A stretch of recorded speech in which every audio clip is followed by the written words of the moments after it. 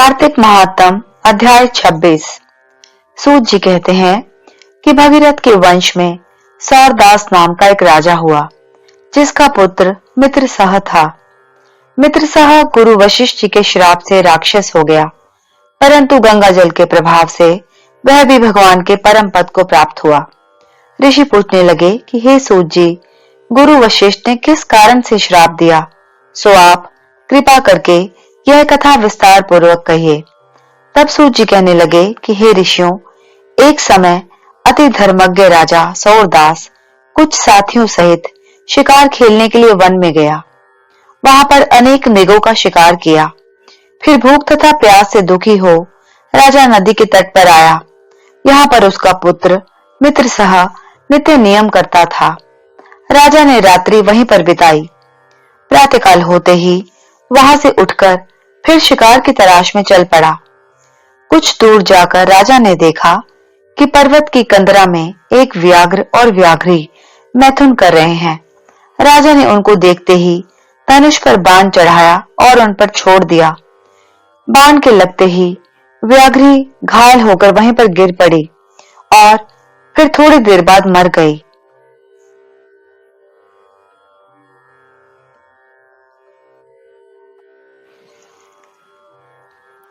तब व्याघ्र राक्षस रूप धारण कर बड़े क्रोध में आकर कहने लगा कि हे राजन, तुमने मेरे साथ बड़ा अन्याय किया है, इसका बदला मैं तुमसे अवश्य लूंगा।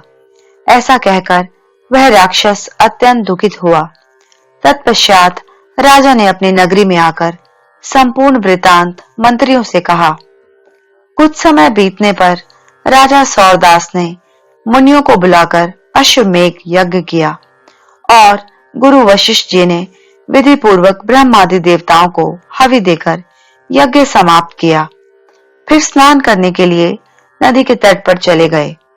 इतने में वही राक्षस जिसकी राक्षसी को राजा ने वन में मार दिया था, क्रोधित होकर अपना बदला लेने के लिए वहां पर आया और गुरु वशिष्ठ जी को वहां पर ना देख उन्हीं का रूप धारण कर राजा से कहने लगा कि राजन, हम मांस खाएंगे, अतः हमारे लिए मांस बनवाओ, हम स्नान करके अभी आते हैं।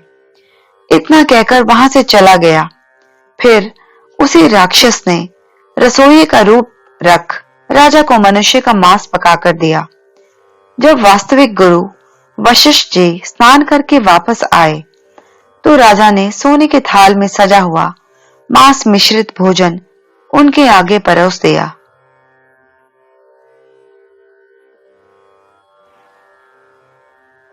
तब गुरुजी ने ज्ञान दृष्टि से मनुष्य के मांस का भोजन जान लिया और क्रोधित होकर राजा को श्राप दिया कि हे राजन, तुमने हमको मनुष्य का मांस खिलाने की चेष्टा की और राक्षसों का भोजन दिया, सो तुम भी राक्षस हो जाओ। तब राजा ने कहा, हे गुरुदेव, आपकी आज्ञा से ही ऐसा भोजन बनवाया गया है। यह सुनकर वशिष्ठ जी ने ज्ञान दृष्टि से राक्षस द्वारा राजा के चले जाने का संपूर्ण वृतांत जानकर राजा को बताया। तब राजा ने भी क्रोधित होकर अंजलि में जल ले लिया और कहा कि आपने अकारण मुझको श्राप दिया है, इस कारण मैं भी आपको यह श्राप देता हूं।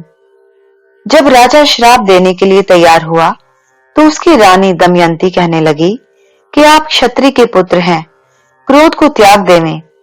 जो भोग आपके भाग्य में लिखा है उसको भोगो। जो मनुष्य गुरु से हुंकार तुंकार करता है वह वन में जाकर ब्रह्म राक्षस होता है। स्त्री के वचनों को सुनकर राजा क्रोध त्याग कर विचारने लगा कि अब क्या करना चाहिए। फिर राजा ने उस जल को जो ही अपने पैरों में डाला त्यों ही उसके पैर काले पड़ गए। इसी कारण वह राजा कालमाशपाद के नाम से विख्यात हुआ।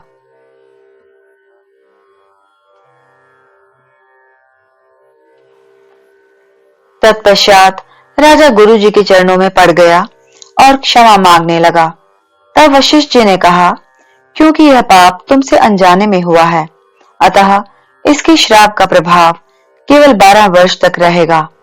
इसके बाद तुम अपने असली रूप में आ जाओगे और अनेक वर्ष तक राज्य भोग कर गंगा जल के प्रभाव से ज्ञान प्राप्त करोगे।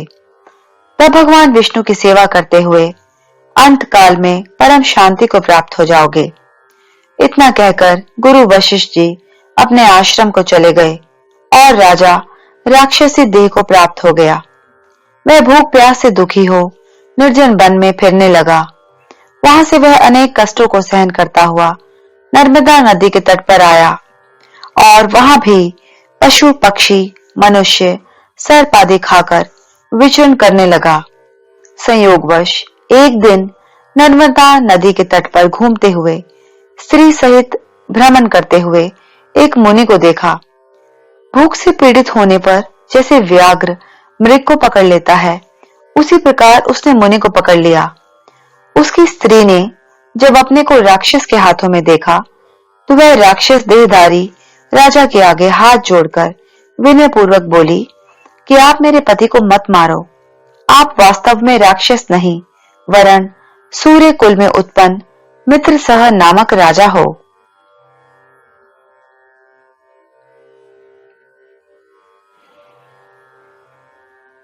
मेरा पुत्र अभी बालक है, अतएव मैं बिना पति के इस वन में कैसे निर्वाह करूंगी। अतः तुम मेरे पति को प्राण दान दे दो। प्राण दान के समान अन्य कोई दान नहीं है। उस स्त्री की इस प्रार्थना का राक्षस पर कोई प्रभाव नहीं पड़ा और जैसे व्याघ्र एक मृग के बच्चे को पकड़कर खा जाता है, वैसे ही उस मुनि को जो उस समय अपनी स्त्री के साथ मैथुन कर्म कर रहा था पकड़कर खा गया। तब मुनि की स्त्री ने उसे श्राप दिया कि मैथुन करते हुए तुमने मेरे पति को मारा है, अतः तुम भी जब मैथुन करोगे तो मृत्यु को प्राप्त हो जाओगे और पुनः राक्षस देह धारण करोगे। यह दो श्राप सुनकर राक्षस देहधारी राजा क्रोध में आकर कहने लगा कि हे दुष्टे, तुमने एक अपराध के बदले में दो श्राप दिए हैं, अतः तुम भी राक्षसी होकर इस वन में फिरती रहोगी। इस कारण वह स्त्री भी पिशाचिनी हो गई और भूख प्यास से दुखी होकर उस वन में फिरने लगी।